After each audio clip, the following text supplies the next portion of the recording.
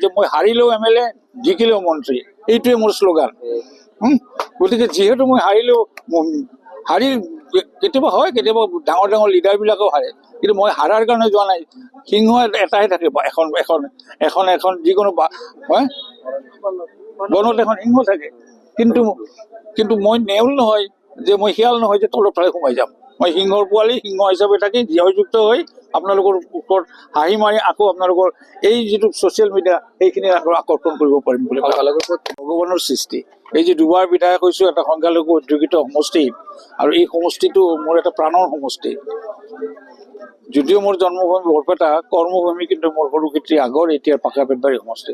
গতিকে এনেকুৱা সমষ্টি এটাত আৰু এবাৰ মোক ভগৱানৰ কৃপাত আল্লাৰ দুৱাত আকৌ মই টিকেট পাইছোঁ, আৰু টিকেট পাই আমাৰ সৰুক্ষেত্ৰী সমষ্টি এটা ধৰ্মনিৰপেক্ষ সমষ্টি। ইয়াত সাম্প্ৰদায়িকতাৰ ঊৰ্ধত থাকে তেওঁলোকে চাই কৰ্ম, আৰু সেই কৰ্মখিনিৰ কাৰণে উন্নয়ন চাই, আৰু সেই উন্নয়ন যিহেতু আমি চৰকাৰৰ লগত একেলগে আছোঁ, চৰকাৰৰ উন্নয়ন হৈছে ৰাইজৰ উন্নয়ন হ'ব।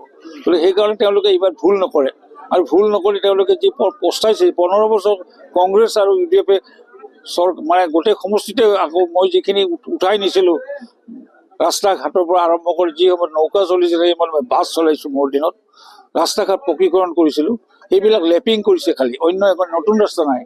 এই যে উচ্ছেদ শব্দটো কৈছে নহয়, উচ্ছেদটোৱে তেওঁলোকক মানে এনেকুৱাকৈ কিছুমান ভীতি প্ৰদৰ্শন হৈছে, কিন্তু নহয়, সেইটো উচ্ছেদৰ কাৰণে ভয় খাব নালাগে। য'ত ডক্টৰ তাৰা দাস থাকিব, এটা ব্ৰেণ্ড নেমটো মোৰ, গতিকে তাত আৰু মোক ৰাইজে ভয় নকৰে। এতিয়া বেলেগ থাকিলে কিন্তু ভয় খালেহেঁতেন, গতিকে এইবাৰ কিন্তু তেওঁলোকে ভয় নাখায়। এইকাৰণে তাৰা দাসক ভোট দিব, ভোট দি নিৰাপত্তাখিনি বজাই ৰাখিব। সংখ্যালঘু মানে মোৰ কি প্ৰাণৰ বস্তু। মই জন্মৰ পৰাই তেওঁলোকৰ লগত আছোঁ, তেওঁলোকৰ লগত থাকিম, তেওঁলোকৰ লগত প্ৰতিশ্ৰুতি যিখিনি তেওঁলোকে মোক বিশ্বাস কৰে, সেই বিশ্বাসখিনি এতিয়াও অটুট আছে। মইতো ভাবোঁ জিলাখনৰ ভিতৰত আৰু জিলাখনৰ কিয়, মই অসমৰ ভিতৰতে কৈছোঁ, ভয় কৰে য'ত 95% ভোট সংখ্যালঘু, তাত এজন হিন্দু মানুহক সমষ্টিবাসীক আশ্বাস দিছে কি যে তেওঁহে আচল পাৰিব, বেলেগে নোৱাৰে। অতুল বৰা, কেশৱ মহন্ত তেওঁলোক মন্ত্ৰী মানুহ, তেওঁলোকক কেতিয়াবা ভয় খায়, ছাৰ আপুনি পাৰিবনে?